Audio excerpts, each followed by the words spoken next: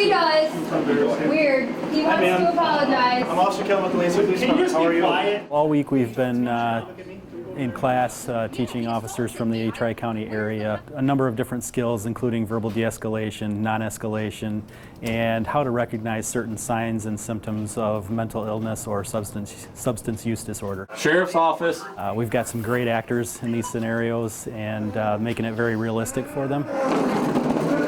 Many of the situations that we deal with don't have a criminal undertone to it.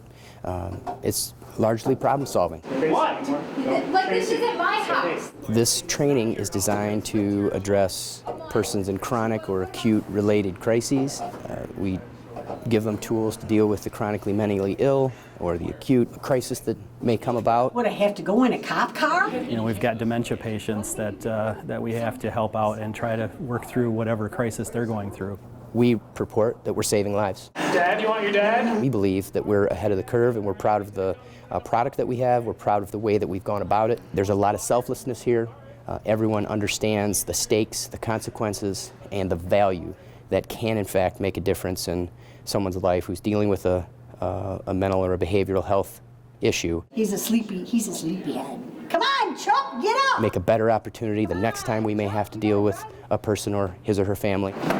And of course, if we can save lives, we all win.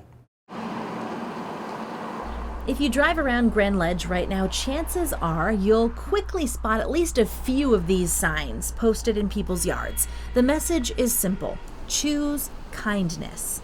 It's a message Joanne Elena has been spreading since March. I work for a preschool, and we've been really focusing on being kind. And so then I was off work, for the corona, and I just started thinking about all the negativity, political negativity, hatred, and I thought, gosh, what can I do? And so I just had this idea about starting to paint these signs. Signs for her yard, which fittingly sits on Pleasant Street. One says, be kind. Another, be the love. But her choose kindness sign really spoke to the community. People just started stopping and talking about the sign, how much they loved that message. And then that's when I decided to have some printed. She used her federal stimulus check to print 300 of them. What's left here is what's left of the 300. Here you go, Sue. Thanks. You're welcome. Have a great day. You too. Bye-bye. I have it out in front of my house, and now these are going to go out in front of my daughter's and my son's house. They're wonderful. I'm glad you spent her money on that.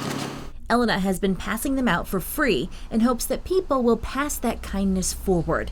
And it's working. One of the people that I gave a sign to, she actually lost her son to suicide. It's been a really hard time for her, but she said one of her neighbors came with a random act of kindness for her, and she had never met this neighbor. She just said it just meant the world to her. Elena moved to Grand Ledge less than a year ago, and this little effort has gone a long way for her as well. It's been a great way to see what a wonderful community we have, but also to get to know your neighbors.